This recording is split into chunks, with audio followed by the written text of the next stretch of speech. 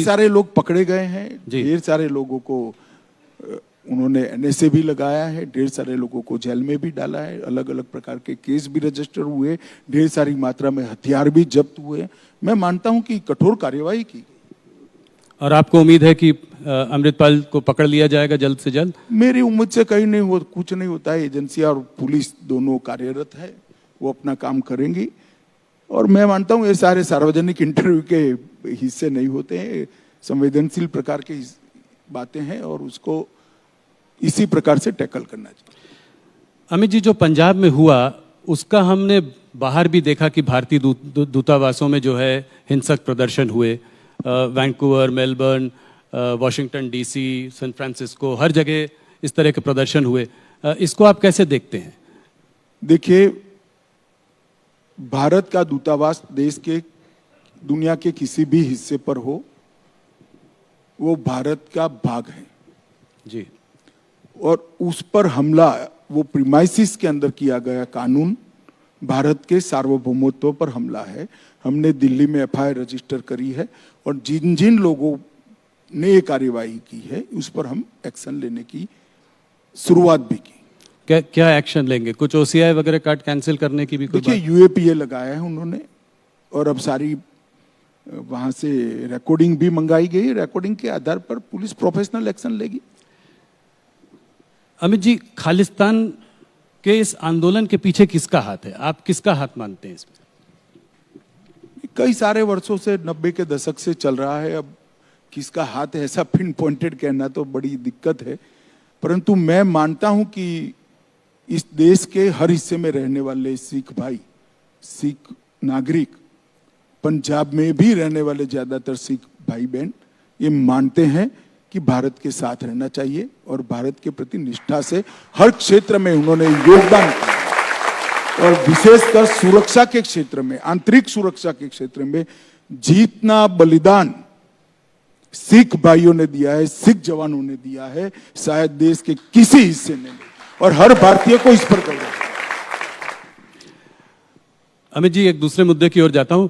हाल में जुडिशरी से सरकार के टकराव का एक माहौल बना हुआ है। हमारे वाइस प्रेसिडेंट धनखड़ जी और रिजिजू जी जजेस के अपॉइंटमेंट की प्रोसेस को लेकर उन्होंने गंभीर सवाल उठाए हैं। उधर सुप्रीम कोर्ट ने कई बार जजेस के अपॉइंटमेंट के मामले में रिकमेंडेशंस की अनदेखी की है। इसको देखिए जुडिशरी, मैं समझ गया आपके, आप ये कोई टकराव वकराव नहीं है, सब अपने अपने एक ओपिनियन देते हैं भाई, इसको टकराव का स्वरूप मत दे दो। नरेंद्र मोदी सरकार जुडिशरी से किसी भी प्रकार का टकराव कर ही नहीं सकती, किसी भी सरकार ने नहीं करना चाहिए। दोनों का संविधान सम्मत काम करने का अपना अपना दायरा है और सब अपने अपने दायरे में रहकर काम करना चाहिए, कर भी रहे। नहीं, एनजीएसी बिल जो है दोनों संसदों में पास हुआ था, उसके बाद भी सुप्रीम कोर्ट ने उसको अनकॉन्स्टिट्यूशनल बताया।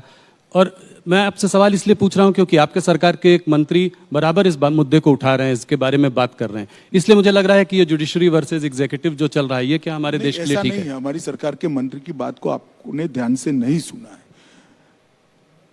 आपने जिस जजमेंट का जिक्र किया कि कानून को उस जजमेंट से उलटफेर कर दिया, ऐसा नहीं है। वही जजमेंट में एक हिस्सा है कि आप जजेस अपॉइंटमेंट के लिए एक नई एसओपी बनाकर सुप्रीम कोर्ट को भेजिए, जिस पर सुप्रीम कोर्ट विचार करेगी। जी, भारत सरकार ने एक एसओपी बनाकर सुप्रीम कोर्ट को भेजी है जी, जो वहां लंबित है। किरण जी ने कहा इस पर जल्दी विचार करना चाहिए, इसमें क्या आपत्ति है? मैं नहीं मानता है कोई टकराव की बात है, मगर अब आप जो आपकी स्पर्धा होती है टीवी ज्यादा कौन देखे इसकी, और कुछ भी कहते हैं, अब हम क्या कर सकते हैं भाई इसको। एक आखिरी सवाल इस मुद्दे पर, और मुझे पता है कि आप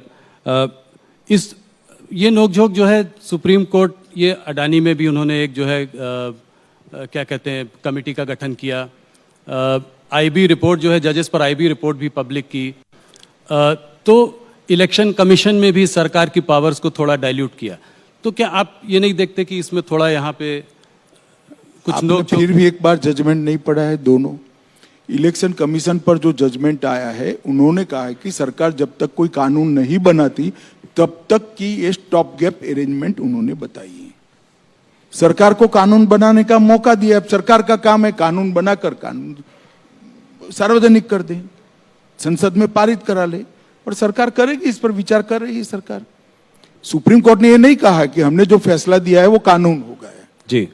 कानून बनाने का काम देश की संसद का है। सुप्रीम कोर्ट ने ये कहा है कि हमें लगता है कि इस पर एक कानून बनाने की आवश्यकता है, और जब तक नहीं बनता है तब तक ये स्टॉप गैप अरेंजमेंट हम सजेस्ट कर रहे हैं। तो स्वागत है वो स्टॉप गैप अरेंजमेंट का। अब गैप जो है वो भरने का काम हमारा है, हम कर रहे हैं। अमित जी, एक मुद्दा जिस पर आपने बहुत काम किया है और वो है ड्रग्स के खिलाफ आपने बहुत काम किया है। आप इतने व्यस्त रहते हैं, इसके बाद भी आपने इस चीज पर बहुत ज्यादा काम किया। आप कैसे देख रहे हैं कि भाई मैं काफी चीजों पर काम करता हूं। मैं कह रहा वो सब तो करते हैं, मेरा मतलब है कि ये एक ड्रग्स फ्री इंडिया का जो सपना है वो कब पूरा होगा? ये प्रॉब्लम बहुत बड़ी है आज भी इतने। देखिए ऐसा है कि ये ऐसी समस्या है जिसकी समाप्ति की कोई डेट नहीं दी जाती है, ना हो सकती है, कभी भी नहीं हो सकती। एक लड़ाई है और लंबे समय तक चलने वाली लड़ाई है, मगर अप्रोच में बदलाव हो सकता है। नरेंद्र मोदी जी के प्रधानमंत्री बनने के बाद ड्रग के खिलाफ लड़ाई में हमने अप्रोच बदला है। एनकोड कर एक व्यवस्थापन 2020 से हम लेकर आए, जिस एनकोड के अंदर 4 स्तरीय व्यवस्था है। केंद्रीय स्तर पर 2 व्यवस्था है, एक राज्य स्तर पर है और एक जिला स्तर पर है।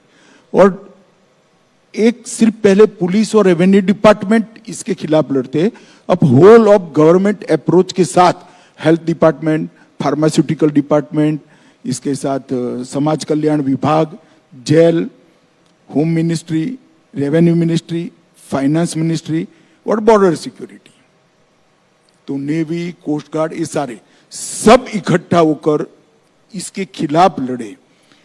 वो व्यवस्था का नाम है एनकोड व्यवस्था, जो 2020 से हम लेकर आए, और इसके कारण ड्रामेटिक परिवर्तन आंकड़ों में आया है जी। मैं आपको बताता हूं, पहले 9 साल में 630 करोड़ का ड्रग पकड़ा गया था, और ये 9 साल में 22,000 करोड़ का ड्रग पकड़ा गया है।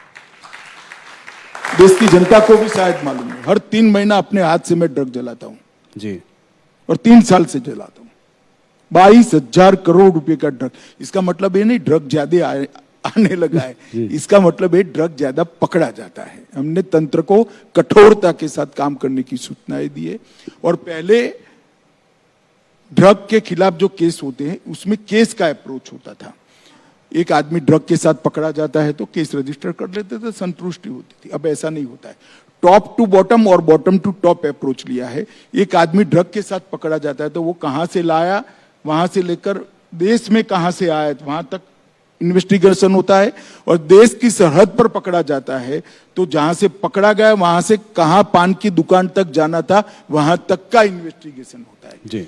तो टॉप टू बॉटम और बॉटम टू टॉप इन्वेस्टिगेशन के कारण आज पूरे तंत्र पर उनकी जो सिस्टम है इस पर एक कुठाराघात करने का काम नरेंद्र मोदी सरकार ने किया है। और मैं मानता हूं कि इस लड़ाई के अंदर विशेषकर युवाओं ने जुड़ना चाहिए। ये हमारे देश की भविष्य की पीढ़ी को खोखला बनाती है, ये जाली नोटों के व्यापार को बढ़ावा देता है, ये षड्यंत्र, ये ड्रग ट्रैफिकिंग से ही टेरर फंडिंग होती है, ये हथियारों की तस्करी को भी बढ़ावा देता है और हमारे बच्चों को उनके जीवन के आनंद से गुमराह करता है। और हमारी सरकार का स्पष्ट अप्रोच है कि जिस बच्चे को ड्रग की आदत पड़ती है वो तो विक्टिम है, व्यापार करते हैं वो गुनहगार है, और दोनों के लिए हमारा